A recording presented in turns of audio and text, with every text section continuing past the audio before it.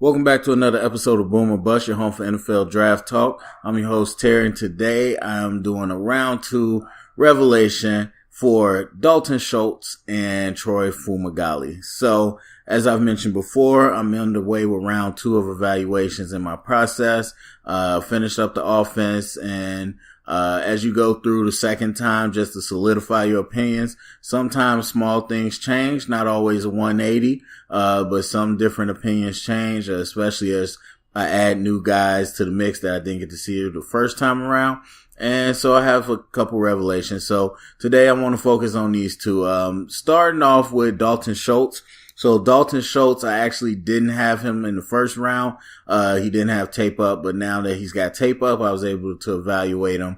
And he's an interesting prospect. I think, at first glance, this whole tight end, class was just like whatever, especially compared to last year. And while it's not on the level of last year, going through a second time, I really kind of found, some of these players a lot more intriguing than I did at first. And Dalton is very intriguing because he's from Stanford, the power run team where they got everybody blocking and they block hard. And so while Dalton definitely brings that attitude, that toughness, that mentality to block and run in the pass, I don't think he's the best at it. His technique wise, understanding angles and whatnot is all there. I just think he lacks the natural power to really drive block anybody.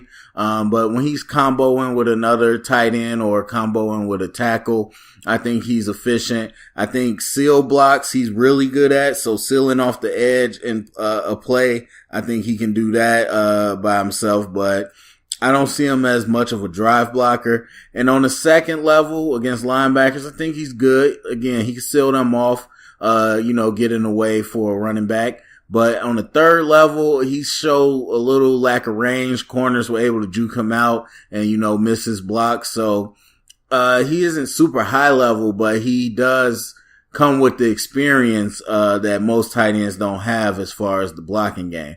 But the thing that intrigued me about Schultz is his movement skills. Now, he didn't run super fast, for the 40, but that straight line speed, I think his lateral and short area quickness was a lot more sudden than I expected.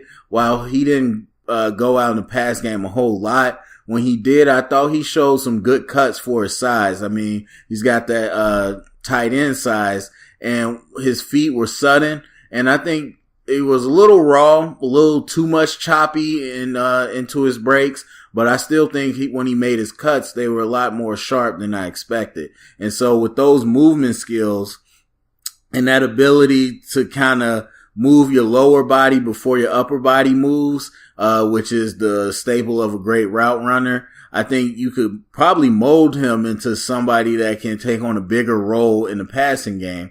And again, like I said, that short area quickness, his burst in and out of cuts and his burst off the line of scrimmage, while it's not receiver level or anything, it's not the best in the tight end class, it's a lot better for a guy that was just a blocker.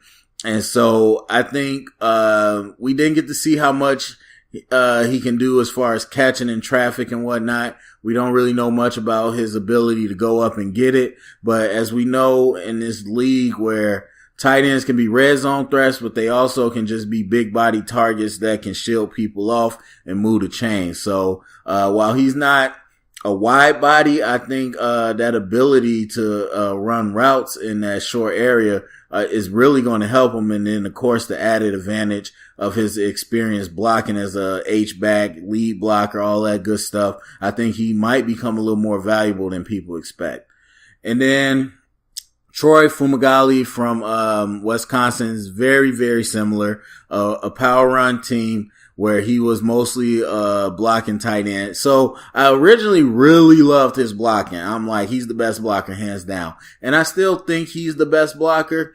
But the second time around, I realized his hand placement was not as consistent as I thought. There's times where he grabbed people way too much, but he definitely understands the angles. He definitely has the mindset, the effort, the attitude, all those different things. And he's used to blocking in a power run scheme. But again, in the passing game, I kind of poo-pooed him the first time, but the second time around, I realized, you know what? He's a lot quicker than I thought. I just remember him being like a big stiff board, that's just out there to block, but he's actually a little quicker. He can stride, of course, being a taller guy and pick up yards that way. But I feel like he was quicker out in the passing game than I remember. And while he definitely showed his hands aren't anything spectacular, I did see a couple plays where he flashed a catch radius that you want from one of those big tight ends, and not necessarily going up and getting it, but using his timing and his length to really make himself an available target when the quarterback's in trouble. And so the thing people got to realize, I would say this whole tight end group, but these two in particular, is that the revolution of the tight end, or the evolution, has came recently with Gronk and Jimmy Graham. Now,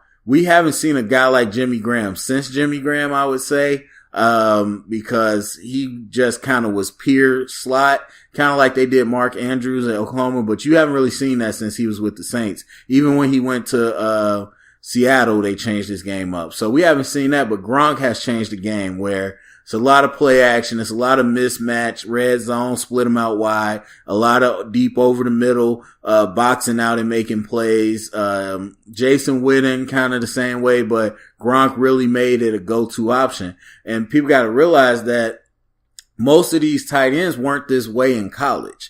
And so some of the big time tight ends like a Gronk, definitely like a Travis Kelce, a Zach Ertz, people of those natures, Kyle Rudolph, whatnot, they weren't the, prolific receiving targets. Travis Kelce in general, or in particular, is one that I remember grading out as the best blocking tight end I've ever seen. He was blocking like a left tackle, and I loved him for it. I'm thinking he's going to get in the league and really kick some butt blocking, but he ended up being this receiving phenomenon. And so it doesn't take a top tier tight end to be turned into a weapon, is my point. And so with the movement skills, and kind of the glimpses of the athletic traits from these two, they do show, a preview of somebody that could turn into a nice target with some coaching.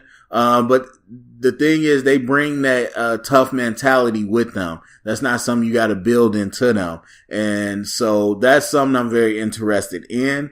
And after the second round, I don't think they're going to jump up in rankings or draft stock. I don't think people are going to be surprised in draft, but I do think if they get onto a team, they could pretty much surprise, a lot of scouts and fans of what they could actually bring, especially when you get to a team with a good receiving core where you're not asked to be a guy. I think they could probably, pop out and be nice producers. So, anyway, those are my thoughts. Go to the comment section if you got thoughts on those two. Let me know what you think their projections might be. In tight ends in general, what do you think about this tight end class? So thumbs up, subscribe, share it around, and thank you for listening.